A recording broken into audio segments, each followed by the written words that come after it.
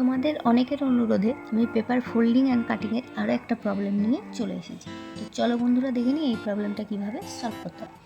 দেখো এখানে কি আছে, এখানে যে ফিগারটা দেওয়া আছে এটা পেপার কাটিংয়ের পরে দেওয়া আছে। তাহলে আমরা কাটিং করব যখন, তখন পেপারটা কীভাবে কাটিং করব সেটা দেখতে হবে।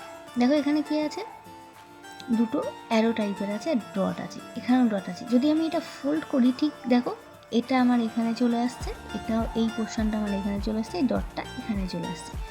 তার মানে কি এই পোর্শনটা যেমন আছে ঠিক তেমনই আমি কাটিংটা করেছি। তাহলে দেখে নিই এই পোর্শনটা আমার কোথায় আছে।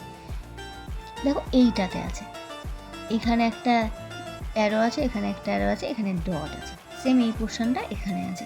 তার মানে এটাই আমার অ্যান্সার হবে।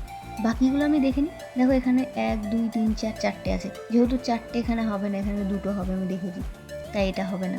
এখানে দেখো উল্টো দিকে আছে, এটা উল্টো দিকে, এটাও হবে না। আর এইটা দেখো এখানে দুটো ডট আছে, দুটো ডট তো নেই, আমার এক পাশে একটাই ডট আছে, তাহলে এটাও আমার হবে না। আমার অ্যান্সার হচ্ছে 1। তো বন্ধুরা তোমরা এই প্রবলেমটা সলভ করে বলো তো এর অ্যান্সার কী হবে, আমাকে কমেন্টে জানাবে।